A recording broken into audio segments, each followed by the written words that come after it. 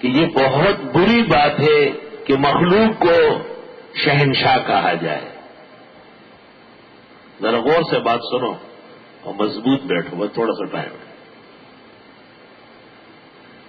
اخنل اسما برا نام ہے کہ مخلوق کو کہا جائے شہنشاہ. وہ ہمیں الزام دیتے ہیں نا کہ آپ لوگ ادب نہیں کرتے، تو یہ جو حضرت کو شہنشاہ کہا جا رہا ہے، اور بخاری شریف میں کہ شہنشاہ کہنا نبی کو نبی کی بے ادبی.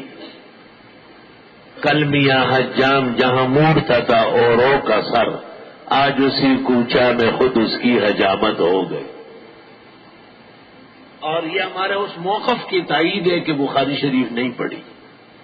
ان کو یہ پتہ ہی نہیں ہوگا کہ اصح الکتب میں ہے کہ بدترین نام ہے کہ کسی مخلوق کو ملک الملوک یا مالک الملک یا شہنشاہ کہہ دیا جائے. یہ نام اللہ تعالی کی شان کے لائق ہے. اگر شعر یوں ہوتا، ہاں جیو آؤ میرے شاہ کا روزہ دیکھو، اچھا تھا. اور کعبہ تو دیکھ چکے، کعبے کا کعبہ دیکھنا. رسول اکرم صلی اللہ علیہ وسلم بھی تڑپتے تھے، چاہتے تھے کسی طرح مکہ مکرمہ پہنچے اور کعبہ شریف کی زیارت کرے. عمرے کے لیے آپ سن 6 میں آئے، واپس کیے گئے. 8 میں مکہ فتح کیا، 10 میں حج کرنے آئے. رسول اکرم صلی اللہ علیہ وسلم کو حکم ہے کہ آپ نماز میں کعبے کی طرف منہ کر لیں. آپ کی پوری امت کو یہ تاکید ہے، اس کے باوجود آپ کو کعبے کا کعبہ کہنا بہت ہی مستبعد سی بات ہے. اور ایک ظالم نے بھی اس کے ترجمے میں کہا ہے کہ اہل نظر نے غور سے دیکھا تو یوں لگا، اہل نظر نے غور سے دیکھا تو یوں لگا کعبہ جھکا ہوا ہے مدینے کے سامنے. یہ کسی ایسے بیتوکی کے آدمی کا شعر ہے جس نے پہلے بیتوکی کی ہے. جناب رسول اللہ صلی اللہ علیہ وسلم حدیث مبارک میں فرماتے، ایک نماز کعبہ میں پڑھنا 1,00,000 کے برابر ہے. حدیث سنیے نا. مسجد نبوی میں سامنے حدیث لکھی ہے، میری مسجد میں نماز پڑھنا 1,000 نمازوں کے برابر. 1,000 صحیح یہ ہے. اور وہ 50,000 والی معجم میں ہے، لیکن زیر بحث ہے، متکلم فی ہے.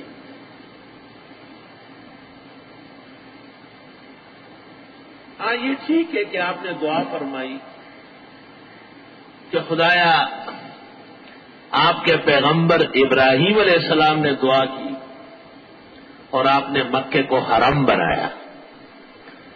میں بھی دعا کرتا ہوں کہ مدینہ منورہ بھی حرم ہو.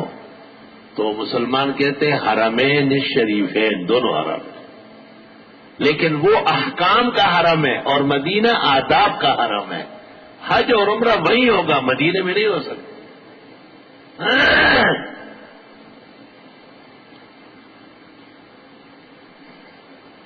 لا الہ الا اللہ،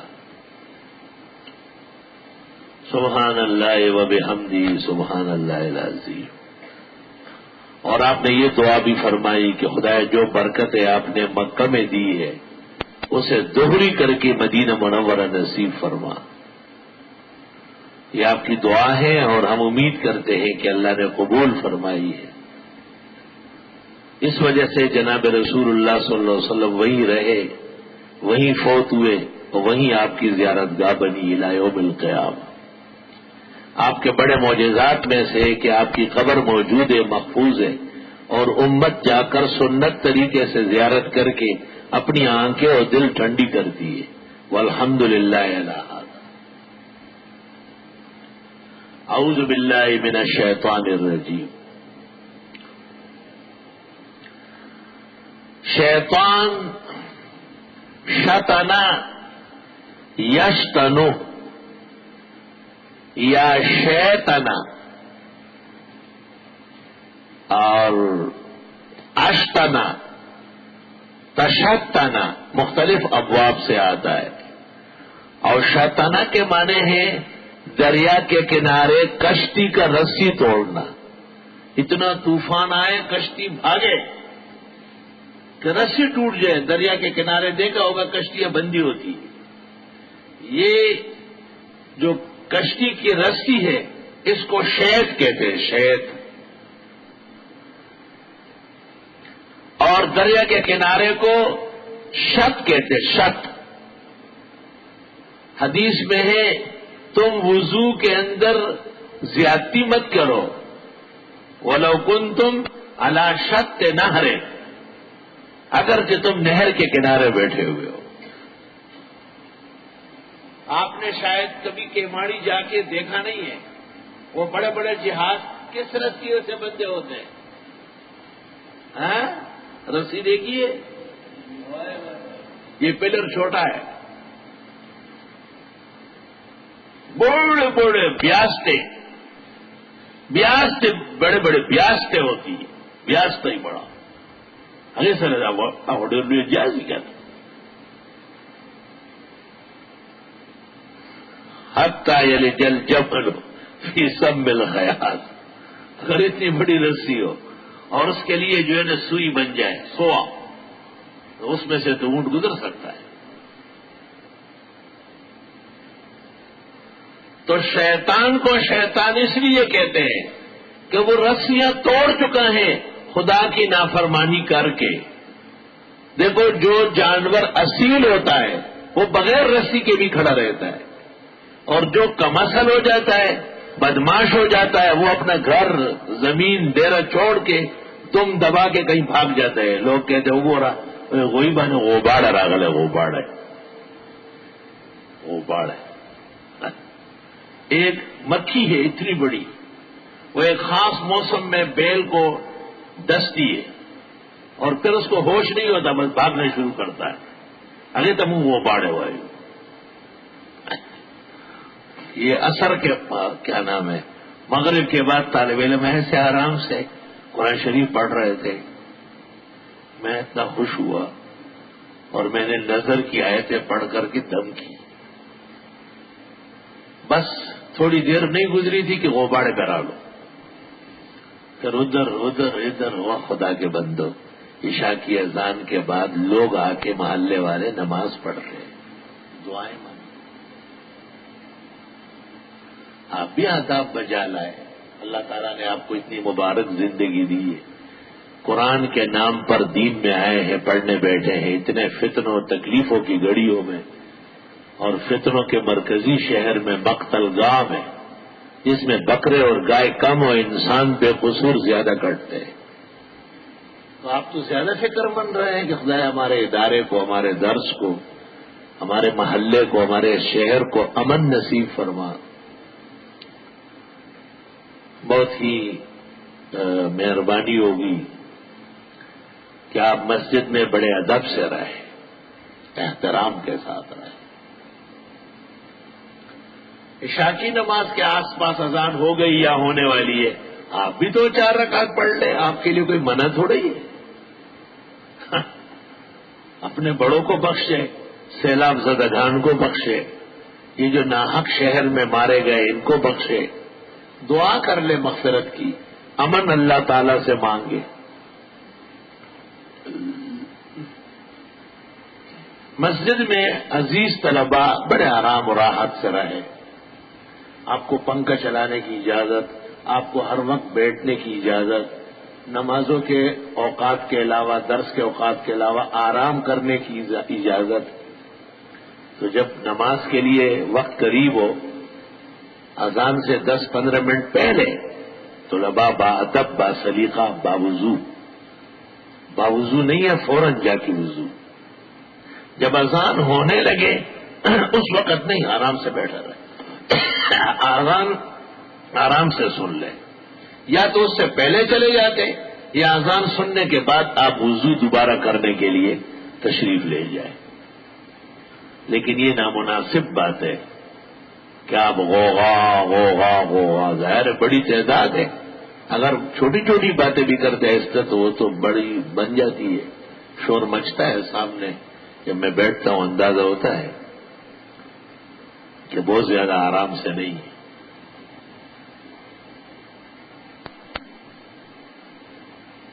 اللہ اکبر. حسن نظم کا خیال رکھنا ضروری ہے. اسلام پورا کا پورا ڈسپلن ہے، اعلیٰ اسلوب ہے، عمدہ طور طریقے ہے. ہم اور آپ ہی اسلام ہے، ہم سے ہی لوگ اسلام سیکھیں گے. اسلام ہمیں ہی اللہ نے نصیب کیا ہے. اسلام کے اصول و فروع یہی ہے جو آپ کو پڑھائے جا رہے ہیں. اسلام کی قرآن سے بڑھ کر کوئی کتاب نہ آسمان میں نہ زمین میں. انشاءاللہ تعالی درس بھی آپ کا بہت ہی بامعنی اور مفہوم اور مطلوب کے قریب ہوگا، لیکن عمل کرنا فریضہ ہے اور بہت ضروری ہے. یہ بات مجھے شیطان پر یاد آئی کہ یہ اچھے لوگوں کو متاثر کرتا ہے. مغرب کے بعد تھوڑا سا میں ٹھہرتا ہوں تو دیکھا طالب علم وہ ماہوایا قرآن میں، یا خدا یا پاک. میں نے منصور کو کہا یہ ایک ہی عمل پورے شہر کے لیے کافی ہے. کچھ میرے جانے سے ہی فساد ہو جاتا ہے، دو چار اپنی کروٹیں بدل لیتے ہیں، اب پھر ایک دوسرے کو دیکھ کے کھڑے ہونے شروع کرتے ہیں، پھر دو چار قدم بھی لیتے ہیں، بس پھر نیشنل اسمبلی کھل گئی. نہیں، احتیاط کرنی پڑے گی. اور آپ خیال رکھیں کہ ایسا نہ ہو کہ ہم دوبارہ آپ کے پیچھے آ جائیں. یا اذان کے وقت بعض اوقات خیال ہوتا ہے، یا جماعت کے وقت کے کچھ اعلانات کرو لیکن مناسب معلوم نہیں ہوتا. غیر ضروری لوگ بھی ہوتے ہیں کہ وہ ہمارے طلباء مسجد میں رہنے سہنے والوں کے بعد بشریات سے آگاہ نہ ہو تو اچھا ہے. شیطان یہ فعلان کا صیغہ ہے اور مبالغہ ہے. شیطان سے اور شتیم سے. شیطان اس لیے بنا جب اس نے کہا کہ میں بگاڑوں گا. لَأَقْعُدَنَّ لَهُمْ صِرَاطَكَ الْمُسْتَقِيمَ، میں تیرے سیدھے راستے سے ہٹانے کے لیے کوشش کروں گا. توبہ توبہ، تیرے سیدھے راستے سے ہٹانے کی کوشش کروں گا. سیدھا راستہ دین کا ہے، ایمان کا ہے، توحید کا ہے. بے دینی، بےایمانی اور شرک اور بدعت کے راستے یہ شیطان کے راستے ہیں. شیطان کا اصل نام کیا ہے؟ ترمذی شریف کتاب التفسیر میں ہے کہ اس کا نام حارث ہے. حارث، حالف حارث، حارث. اور اس وجہ سے مناسب یہ ہے کہ یہ نام نہ رکھا جائے. اور وہ حدیث جس میں ہے کہ بہتر نام حارث ہے وہ متکلم فی ہے، اس کے بعد طرق میں اعدل الاقوال ہے. اعدل بمانے اشرک، یعنی نامناسب نام. بعض بزرگ اس حدیث کو ترجیح دیتے ہیں اور ترمذی والے کو ضعیف کرتے ہیں، پھر وہ حارث کے قائل ہے. ہم عاجز اور مساکین کا خیال یہ ہے کہ نہیں، حارث نام مناسب نہیں ہے. اور یہی توجیہ تفسیر شیخ الہند میں مولانا شبیر احمد صاحب عثمانی نے فرمائی ہے کہ حارث نام شیطان کا ہے جس میں وہ پکارا جاتا تھا.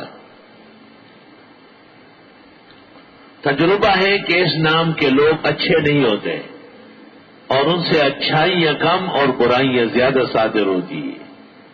یہ بھی اس بات کی دلیل ہے کہ حارث نام نہ رکھنا مناسب ہے. ناموں میں احتیاط کی حاجت ہے.